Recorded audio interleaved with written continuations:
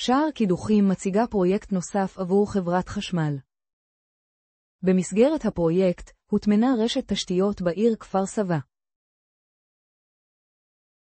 העבודה התבצעה עבור חברת חשמל, תוך שימוש בטכנולוגיות קידוח מתקדמות. הקידוח כלל 20 קידוחים אופקיים באורך 80 מטר כל אחד, כאשר בכל מקטע נמשכו 6 צינורות בקוטר 8 אינץ'.